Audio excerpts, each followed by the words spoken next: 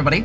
So there's this segment we started doing because I knew Zena's going to be starting their vlog soon, and I figured on their vlog they can talk about their passions there. Now, we have a segment we started here called Things I Love, and sometimes those things are going to intersect to things that both me and Zena love. The last time we talked, it was SCP. I love the SCP Foundation. I think the SCP Wiki is brilliant. I love them. They're good. However, there are other things that I love, and me and Zena happen to share in these loves. One of those loves being I love tabletop RPGs, and I was brought to by that love of D&D and Vampire the Masquerade and all that stuff to a particular YouTube channel. And yeah, I kind of want you guys to know real quick what's going on. So real quick, let's just like get you right in there. Let's do it. Sad that there's no muscly girls in here. Well, I mean, yeah, but, you know, sure, I like to joke around and talk about how, oh, I'm strong women all the time, but that's not the only girls I like. I like big girls, pretty kitty girls, really witty girls, singing ditty girls. I like the licky girls with the nice thighs. I like a good chest, no matter what size. I like the belly folds, I like the six-packs, really tall queens, and the short stacks. From the mild girls to the wild girls. You got style girls, make them round girls. Yeah, I just really like girls.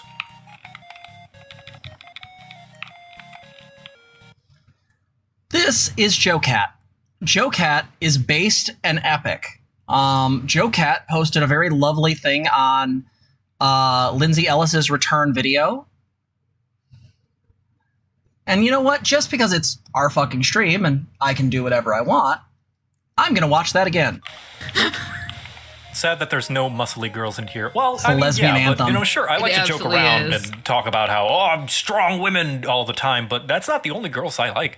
I like big girls, pretty kitty girls, really witty girls, singing ditty girls. I like the licky girls with the nice thighs. I like a good chest, no matter what size. I like the belly folds, I like the six-packs, really tall queens, and the short stacks. From the mild girls to the wild girls. You got style girls, make them round girls. Yeah, I just really like girls.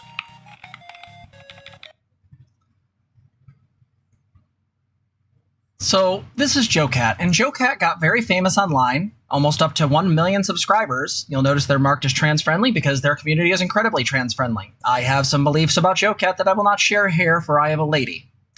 But I think Jocat is fantastic, and I think gets trans girls in very, very specific ways. Nevertheless, I think that Jocat does amazing work because Jocat is just a really lovely human being. And, coming to... Oh, that was loud. Stop it. There we go. So, yeah, the animation was smooth as fuck. So, this is how I found Jocat. Zena sent me a video. I did. Somebody sent me the... and I'm going to show it to you guys one. Oh, it was the Bard video I think that I got. And then I showed it to Jess. Whack. Close quarters combatants, whack. Immobile tanks, whack. Me, I'm tight as fuck. First time playing D&D, I realized I'm too cool for any sort of specialized role. But that was only because I hadn't figured out that there's only one way to play it right. With a sword in one hand and a harp in the other, shouting my greatness from the rooftops, laying bitches and slaying witches. Or is it laying witches and slaying bitches? I can't quite remember. I was too busy giving the tavern owner a reason to stay in business. Welcome to a crap guide to D&D.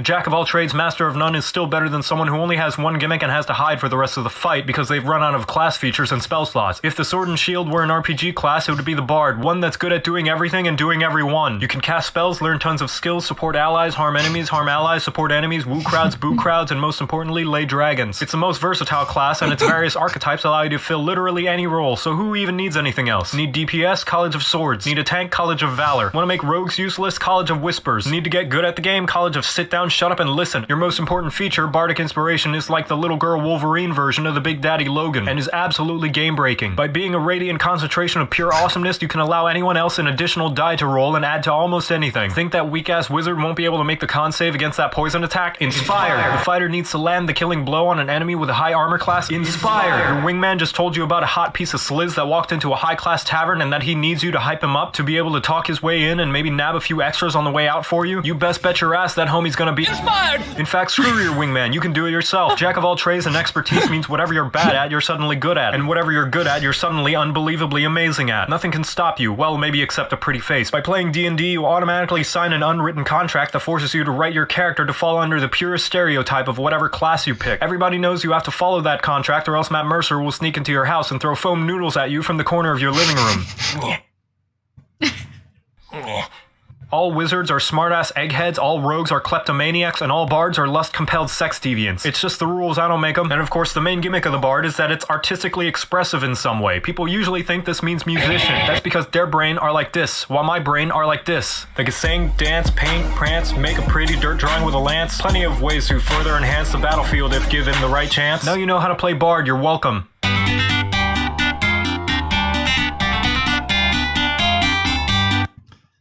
So this is Jocat, and Jocat made a shit ton of things called A Crap Guide to D&D that are really fantastic and make me deeply happy. And so good. We've watched his community. Yeah, we've watched these way too many times. His community is really lovely. He seems like he's very lovely. And I just really think I legitimately think that he does really good work, and he makes D&D fun again. He makes D&D feel fun and interesting. Oh, if I'm going to sell people on a class, we're going to do one more of these. Again, half of this is me to show off YouTubers and things that I really care. Where can I inject this channel? You can go to Jocat right here. Powerful, good, lovely Jocat. He does streams on Twitch. He does charities. And here's what we got from his charities. Okay. One of the things he has done is work with a company called Makeshift. Let me bring up the big screen before we watch another video. This is a goblin. There's a goblin on here. So there's another goblin on the back. I'll show you the video with it where these came from. But here's what happened. So move the bag. I know, but the bag's cute. You can look at the goblins. I know, but you're blurring me out. Stop it. There we go. No, the bag was clear. Okay. Okay. So here's the thing. He did a video on Gobbos, little tiny Gobbos, and this is a Gobbo, and this Gobbo sits on top of my computer all the time. It's a Gobbo. We call them Gobos, and it's a Gobo. And then we got this Gobo. That's Zena Sleep Gobo. It glows in the dark. This Gobo glows in the dark and is basically like, did you forget to leave your phone screen on? No? Okay, it's the Goblin. This is us most nights. It glows way too well. I'll just giggle like a child every time I see it. I love it. Okay, this is my Gobo. And then this is our Gobo. This is our share Gobo that we just got. It is a wizard Gobo. Look at the wizard Gobo. Look at his little... I gotta flip out the hat, too. Look at his little cat. He's a little bit squished from the bag. Look at his little cat. He's a Gobo. Look at that. I literally made a character for D&D playing a Verdan goblin, one of the tall goblins that have, like, special blood and shit. He cast Charm. Yeah, he's casting Charming. So real quick, we'll watch a couple more of these before we get to our guests, but I really need people to understand this. So here's the class that I'm playing currently, and I've kind of fallen in love with them. Hey you sitting there with your saggy butt cheeks and emotionless expression. I know what you're thinking. Boy, I wish I could cast spells, but all I got is an expendable firstborn child and a willingness to work under a questionably immoral arcane master till the end of time. Well, that's just the exact sort of motivation we like for our employees at EDB Incorporated. And if you sign up with us, we'll be sure you're treated in a way that you deserve for assisting in furthering our goals to bring about the ruin of the entire multiverse. All I need you to do is sign here and agree to give us eternal servitude of your mortal soul. But on the bright side, we have dental. Welcome to A Crap Guide to D&D.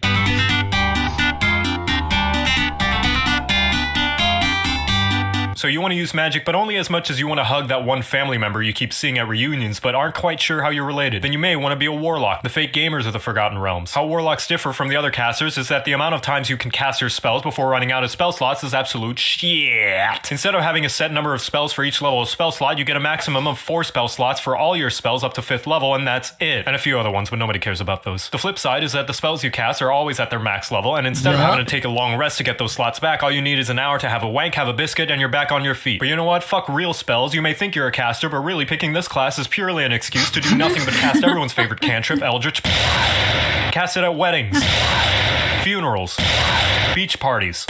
Or you can just cast it randomly because the party's taking 5 hours to buy a single dagger from the shopkeeper and you're bored.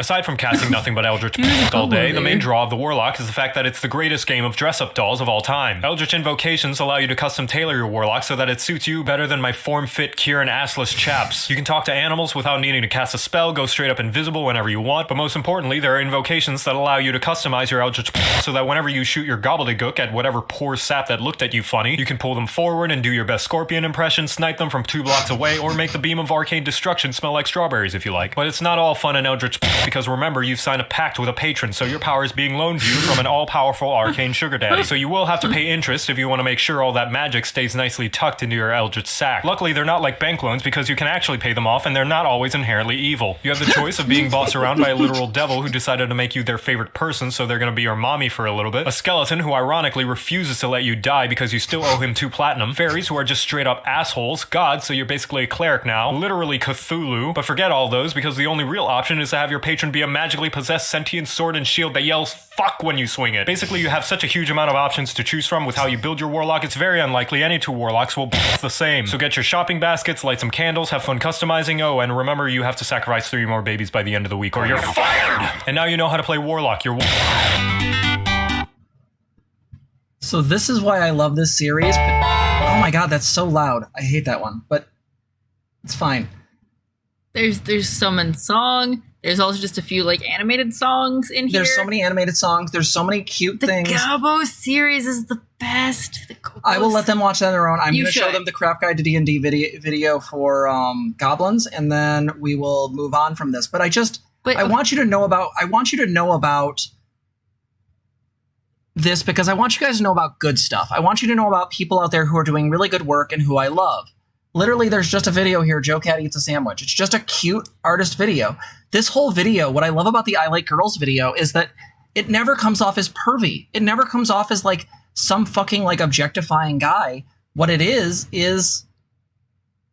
just someone unironically saying how much they think girls are great. And as a trans woman, that means a lot. That's fucking cool. It feels more like celebratory, right? Like it feels way, way different than like, creepy stuff or just big boobs for the sake of big boobs. And I really enjoy that, like, it kind of... just loving girls and all shapes of girls. Tall girls, short girls, thick girls, thin girls, like... all sorts of kinds, yeah. And this is where the Gobbos come from. What's wrong, you pathetic, sad, procrastinating dungeon master? Can't come up with a worthwhile and interesting combat encounter and you only have half an hour before the session because you spent the last week fascinating about a totally different campaign you wish to run one day but ultimately know you never will because you're in a constant state of prep work and insecurity? That's okay. Everybody knows no matter how basic the combat is, it's going to take forever anyway thanks to any spellcasters and people on their phones, and is mostly just a chance for the DM to stall for time while they figure out the next story beats. That and an excuse to show off whatever art of the thing the players are fighting that the DM paid $3,000 in commissions or miniatures to make for them. Or you could just grab whatever the nearest thing on your shelf is and say, fuck it, we're fighting this little bastard today. Welcome to A Crap Guide to D&D.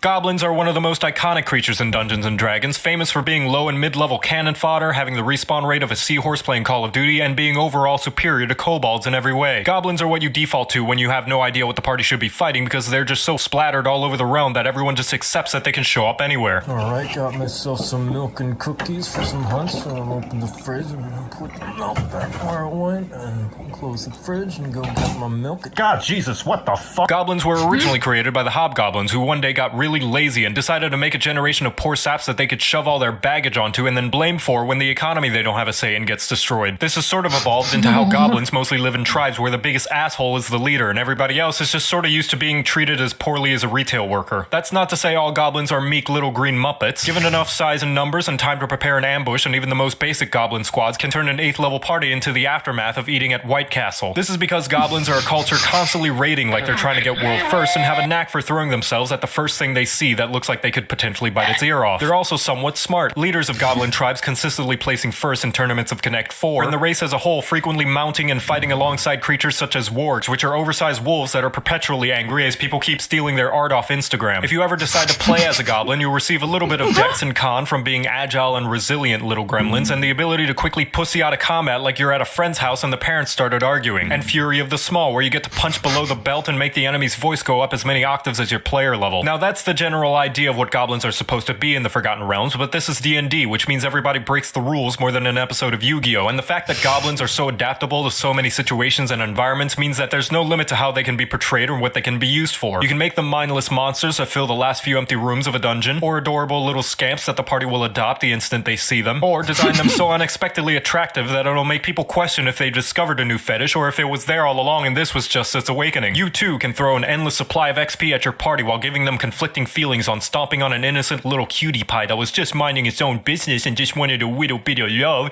Isn't that right, you sweetie petite? Ow, son of a bitch. And now you know how to use goblins. Booyah! So this is why I love Jocat. Jocat makes me like D&D again. Jocat makes me happy for things, and I watch these when I need to feel better. And there's these little cute Gobo Adventures ones, which is just a little Gobo trying to get better about stuff. So the Gobo Adventures are my favorite. They're so cute. So please go subscribe to Jocat. Tell Jocat we sent you, and I really want Jocat to get to 1 million, and I want Jocat to keep growing, and I want Jocat. I'd like Senpai to notice me, but generally speaking, I just think that this is a really cool channel, and I want to show it to you guys. And as someone who's playing an incredibly hot and stupid goblin in our current D&D game, who is a warlock of a genie, who thinks her powers come from wishes, that's why she only gets so many a day. yeah, it's a lot. But yeah, I just wanted to share this with you guys. I think it's good to cover positive stuff. I love Jocat. I think Jocat's great. Go subscribe, tell them we sent you, and yeah. Hey everybody, thank you so much for watching. If you like this video, please like, comment, and subscribe. You can also ring the bell if you want to be notified of our videos. If you want to help the channel, you can donate at streamlabs.com/transgirltherapist/tip. You also can become a patron at patreon.com/transgirltherapist. For as low as $3, you can support our channel. Thanks for watching.